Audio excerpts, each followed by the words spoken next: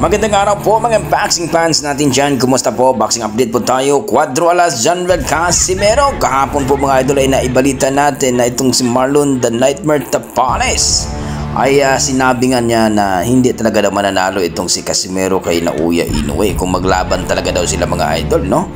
Hindi daw niya nakita na itong si Casimero mananalo kay Naoya Inoue. Malaking diferensya daw mga idol sapagkat itong si Naoya Inoue ay malupit ang skills nito. Wala daw itong si Casimero mga idol. Sa disiplina pa lang daw ay wala na daw itong si Casimero mga idol. Sa timbangan pa lang ay wala na, talo na si Casimero. Well mga idol, maraming hindi nag-agree dito kay Marlon Tapales. Sinabi lang ni Marlon Tapales dyan dahil ay gumapang siya dito kay Naoya Inoue. Huwag daw yang ikumpara ang kanyang sarili ni Casimero sapagkat si Casimero ay malupit pagdating sa luna. Mayroon taong tinatawag na malupit sa ring IQ itong si Casimero. May open talaga siya, lumalaban na hindi nagtatago. Kung saan mga idol, kitang-kita natin ditong si Marlon Tapales. Sa laban niya kay Naoya Inoue mga idol, nagtatago ito, puro na lang ito depensa, cover. Pero itong si Casimero mga idol, ibahin mo. Kung itong si Naoya Inoue ay nambubuli ng kalaban, pero si Casimero nambubuli ng kalaban. Kaya kung si Tapales compare mo kay Casimero, mahirap na sabihin na pareho sila na matatalo kay Naoya Inoue. Dagdag pa sa sinabi ng mga boxing fans mga idol, kahit nga daw itong si Tapales kung mapagbigyan daw na labanan itong si Casimero, hindi mananalo itong si Marlon Tapales mga idol. Baka bugbugin lang daw itong si Tapales ni Casimero mga idol.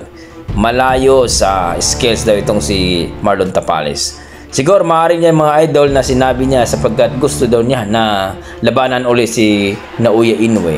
Pero ayon sa ating mga boxing fans, nakakarindi daw tingnan na lalaban ulit si Tapales kay Naoya Inoue na TKO ang kanyang inabot.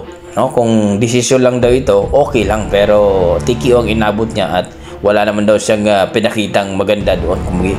Puro na lang daw cover ang ginawa ni Marlon Tapales. Well mga idol, kita-kita naman natin sa laban na puro depensa na lang daw ang ginagawa ni Marlon Tapales. Halos di na makita ang kanyang kalaban. Ibahin mo si Casimero dahil iba pag lumaban sa lona.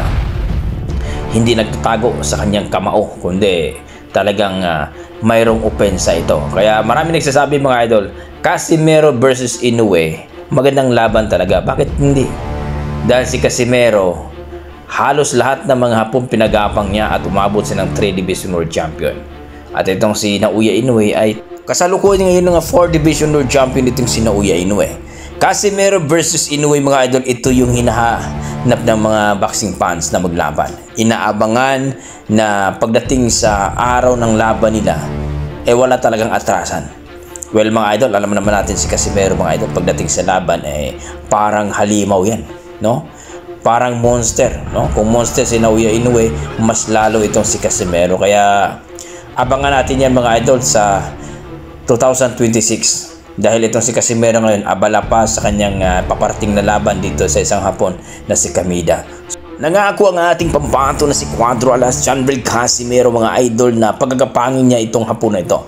Hindi niya papabuti ng 5 rounds na kumbaga sabi nga niya 30 seconds lang daw, pero sabi ng mga ating mga boxing fans baka round 1 o round 2 lang na itong si Kamida.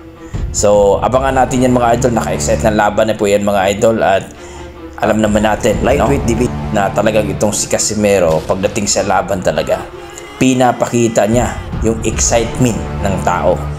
So marami ang sumapalpal dito kay Marlon Tapales sa sinabi niya na hindi daw mananalo itong si Casimero ni Naoya Inoue. Kayo mga idol, naniniwala ba kayo na itong si Casimero ay hindi talaga mananalo kay Naoya Inoue? Please comment down below mga idol para ating pag-usapan. Maraming salamat, hanggang dito na lang ako. Silang dalawa sa ring, hindi mo nakikitang mananalo si Casimero kay Inoue. Hindi mo nakikita.